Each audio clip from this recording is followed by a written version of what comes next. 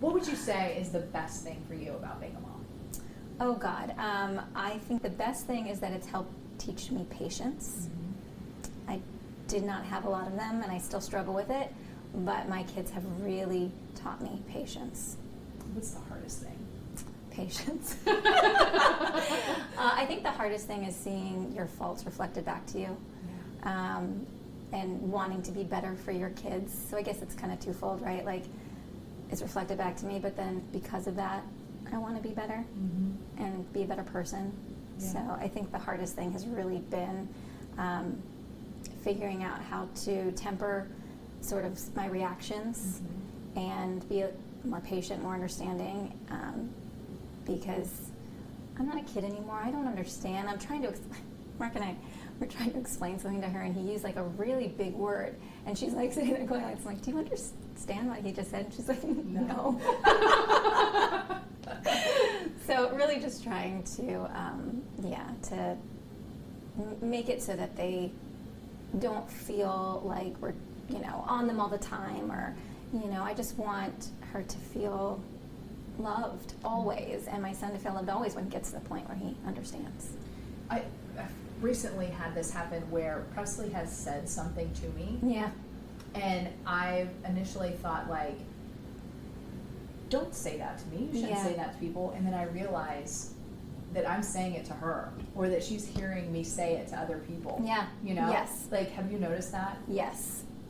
Well, that's, when I said, like, you see yourself reflected back at you, like, it is a hard look in your kid's face as a mirror. Right. That has been really hard. Yeah, it's like, right. Maybe I need to watch what I'm saying in front of you. Yes. Yes, definitely. Yes. How has being a mother affected your business? I'd like to say it's made me, like, more, like, motherly and nurturing and caring, but I don't think it's really changed my character. Not that I'm not those things all the time.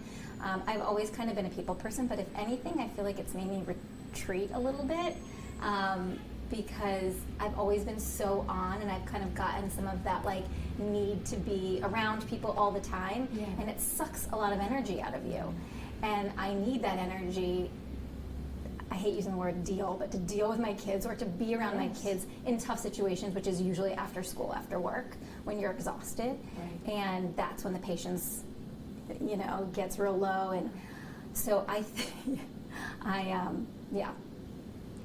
And how do you not kind of lose yourself? Because, you do have to make adjustments to who you are or what you do to make sure that you're giving to your children, giving to the job. How do you still find time for yourself? Well, my husband, I'm going to answer this and how he would answer it. He would say it's because I'm an only child. And I haven't really changed. So, and you're just, things are ingrained in you. And so I still, as much as I give time to my family, I still need dinners with girlfriends and girls' trips and time by myself. And I take that time. My husband's way worse than I am. He doesn't take time for himself. And I need that. Like, I can't exist without that. Yeah. I will not be a happy person. And so I think having the only child thing where, like, that is just who I am. Yeah. Without that, I would lose myself, and I don't want to do that. So I don't allow myself to not take that time. I do those things. I do them in, like long stretches. Right. But I'll go get a massage, or I'll go to the car wash. I mean, just going to the car wash to me is like relaxing.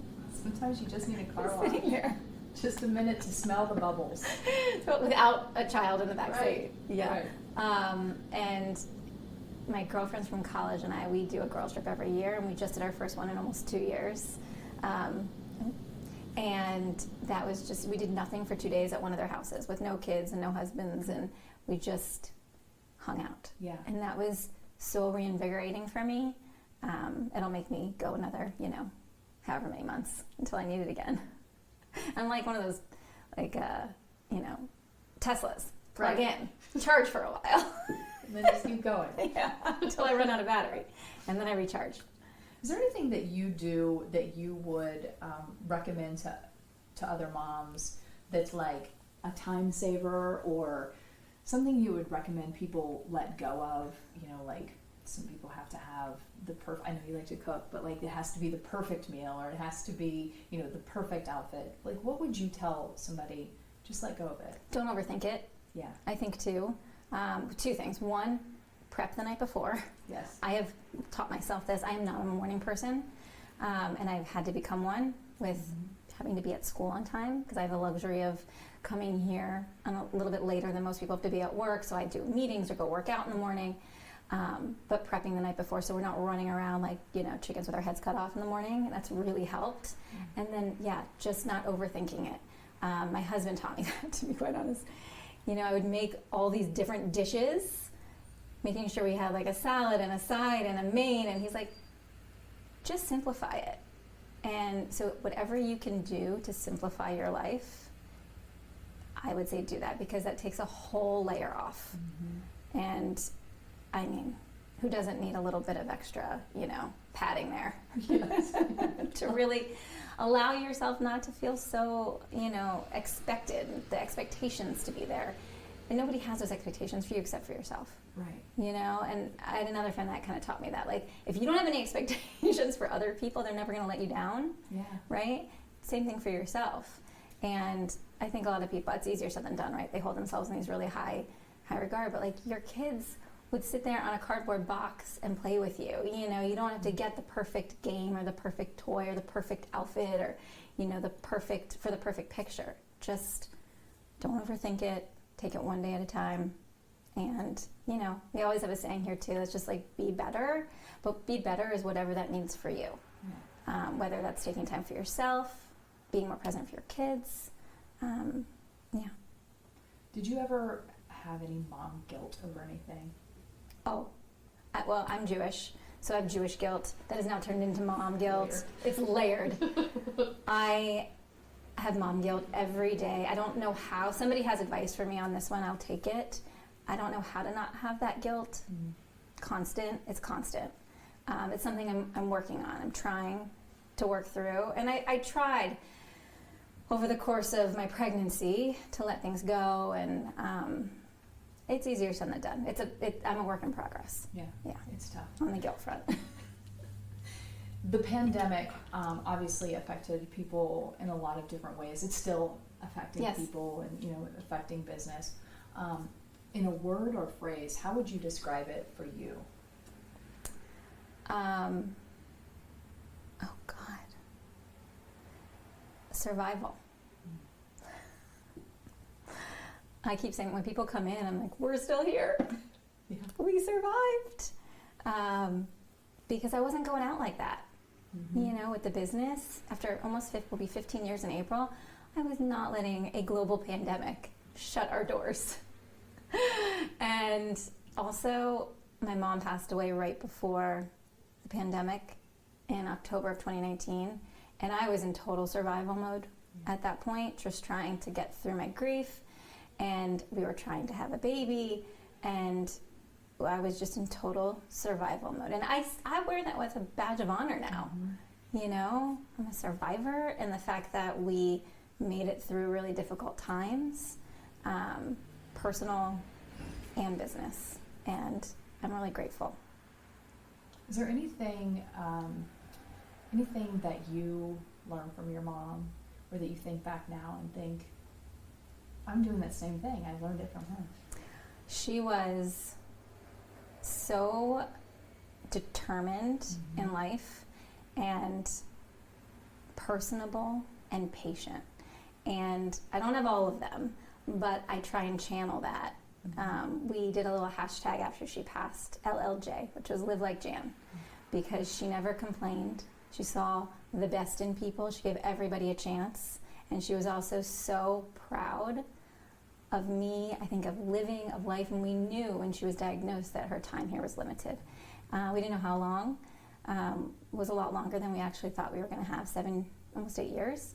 And every day that woman lived, she lived like it was her last, which, you know, eventually it was.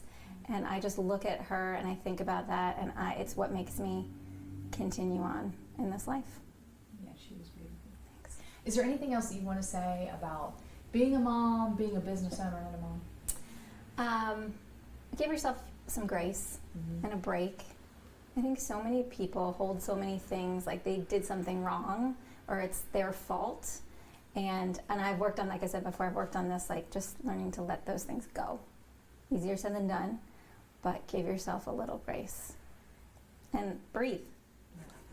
When you have those moments, which I've walked out of a room, I know you have too, Yes. and you just have to breathe. Yeah. And I taught Lemon that too, and I notice her doing it now because she's hyper emotional when it comes to situations. And I've always said to her, just breathe. Take some deep breaths, just breathe, because it can always be worse. That's true. And my cousin, this is great advice. She was like, is it a big problem or is it a little problem? That is great advice. And we talk about that now. Yeah. Big problems and little problems, to try to really understand what's worth getting worked up about. The anxiety, which we have a lot of in my family, which my daughter now has, the, having a hard time calming herself down. So the breathing techniques and the big little problems, I think were really good advice. Maren, thank you. Thanks, Monica.